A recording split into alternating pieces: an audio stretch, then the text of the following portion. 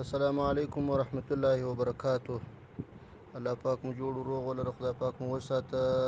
وروره د ټولو ولایتو مسؤلینو ته خبره وکړه، خصوصا دغه ولایتونه چې دا فتح سوي دي.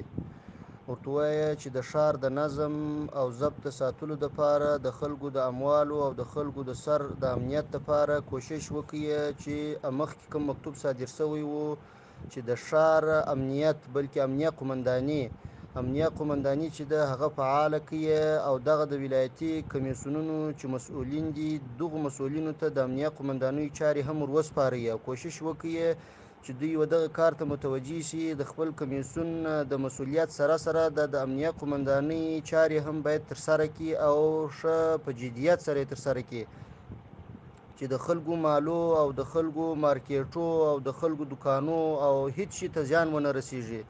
اوس خو هم الحمدلله داسې غټه پیښه او غټ مشکل نه لرو، خو بیا هم باید مجاهدین په مکمله توګه متوجه شي چې د چا اموال یا مثلا نور په بازار مربوط که دکانونه وي، که مارکیټونه وي، که شفاخانې دي، که بانکونه دي، که هر څه دي چې صدمه ورته ونه رسیږي، او په عادي توګه خپل کار او خپل کاروبار روان کړي او خپل ترتیب ته متوجه شي.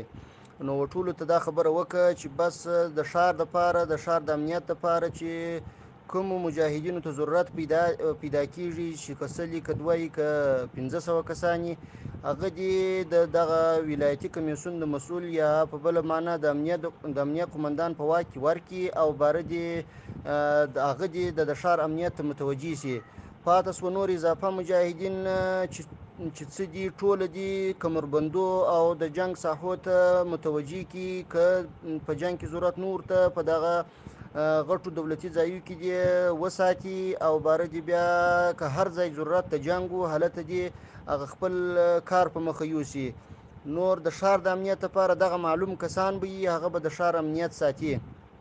او دوهمه خبره دا ده چې د خلکو یعنی حکومتي خلکو و کورو او جایدادو ته هم تاوان ونه رسیږي.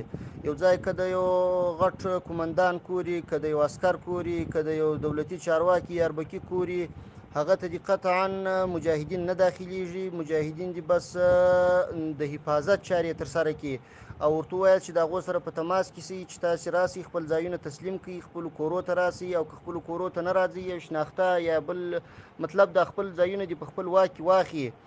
نو موږ نه د چا د کور سره کار لرو، نه د چا د جایداد، نه د دکان سره، د هیڅ شي سره کار نه لرو. د دوی سره مخالفت پر دې دی چې د اسلامي نظام مخه یې نیولې ده. که چیرې دوی تسلیم سي او راسي و خپلو کورو ته، هیڅ چاته به هیڅ ضرر نه رسیږي. نو دغه خبره ورته وکړي چې د خلکو مالو او د خلکو کاروبارو ته تاوان ونه رسیږي، او کاروبارونه په عادي توګه ژر تر ژره بیرته پیل شي. او بانکونه چې دي هغه هم کوم شخصي بانکونه دي، هغو ټولو ته ورته ووایاست چې راسئ، بس خپل کاروبار شروع کړئ. زموږ ستاسو د اموالو د هیڅ شي سره کار نشته، بلکې موږ ستاسې محافظین یو، حفاظت به مو کوو، او دولتي بانکونه چې دي هغه دې په مکمله توګه باندې وساتي چې څوک زیان ورته ونه رسوي.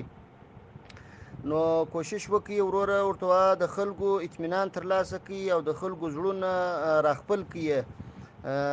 د هر قسم بې نظمۍ مخه ونیسئ. که چیرې هر ځای بې نظمي پیښېدله، هر ځای مشکلات راتلله، بیا به یې مسؤلین د دغه ولایتي اداره یې هغه که امنیه قمندان و، که د ولایت مسؤل و، که نور سیمه ییز مسؤلین وه، ټوله باید خپلو کارو ته په جدي توګه متوجه شي. حساس وخت دی، دښمن هم د ماسې یو کوچنۍ نقطې څخه غټه استفاده کوي او تبلیغات کوي.